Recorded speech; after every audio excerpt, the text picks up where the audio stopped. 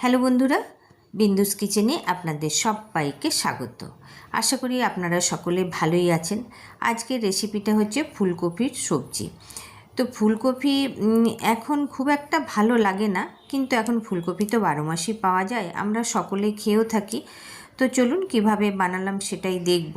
তো ফুলকপিটাকে খুব ভালো করে আমি আগে একটু ঈষদ উষ্ণ গরম জল দিয়ে ধুয়ে নিয়েছিলাম। তারপরে ডুমো ডুমো করে কেটে আলুগুলোকেও ডুমো ডুমো করে কেটে খুব ভালো করে ভেজে নিলাম। তো তেলের মধ্যে দিয়েছিলাম জিরে আর হিং ফোড়নে।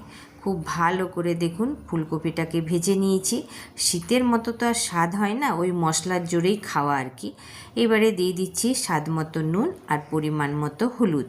নুন হলুদ দিয়ে আবারও কিছুক্ষণ নুন হলুদের সাথে ভেজে নিচ্ছি।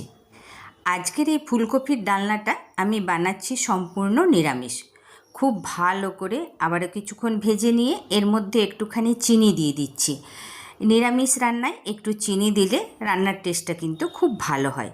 চিনি দিয়ে আবারও কিছুক্ষণ কষিয়ে নিচ্ছি। ফুলকপি কষতে থাক, আপনাদেরকে মশলাগুলো দেখিয়ে দিচ্ছি।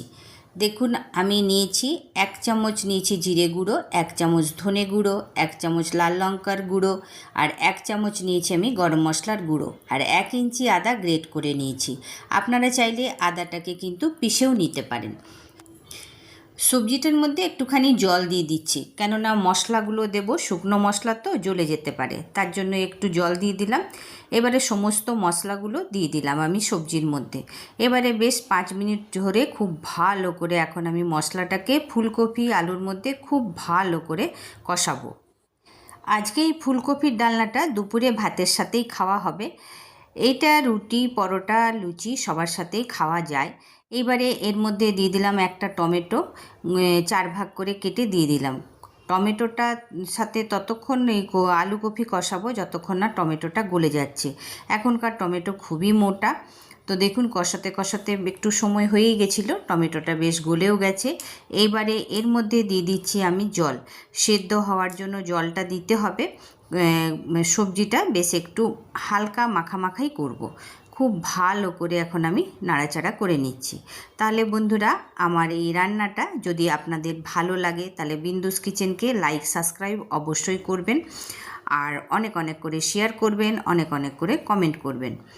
10 মিনিটের জন্য ঢেকে রান্না করেছি। এবার ঢাকাটা খুলে দেখে নিচ্ছি। দেখুন কত সুন্দর লাগছে দেখতে। ফুলকপি আলু খুব ভালো সেদ্ধ হয়ে গেছে, একবার দেখে নিচ্ছি। আর এখন চাইলে ঘি দেওয়া যায়, কিন্তু আমি আজকে ঘি দিচ্ছি না, কেন আমার বাড়িতে অনেকে ঘিটা পছন্দ করে না। এইবারে এইটাকে এখন আমি এর মধ্যে একটু দিয়ে দিচ্ছি ধনেপাতা, দিয়ে দিলাম। ধনেপাতা দিলেও বেশ খেতে ভালোই হবে। খুব ভালো করে আবার এটাকে আমি নাড়াচাড়া করে এখন এটাকে 10 মিনিটের জন্য এটাকে আমি কড়াইয়ে রাখবো। বেশ খাওয়ার সময় এটা পরিবেশন হবে। তাহলে বন্ধুরা, রান্নাটা ভালো লাগলে অবশ্যই কমেন্টে জানাবেন।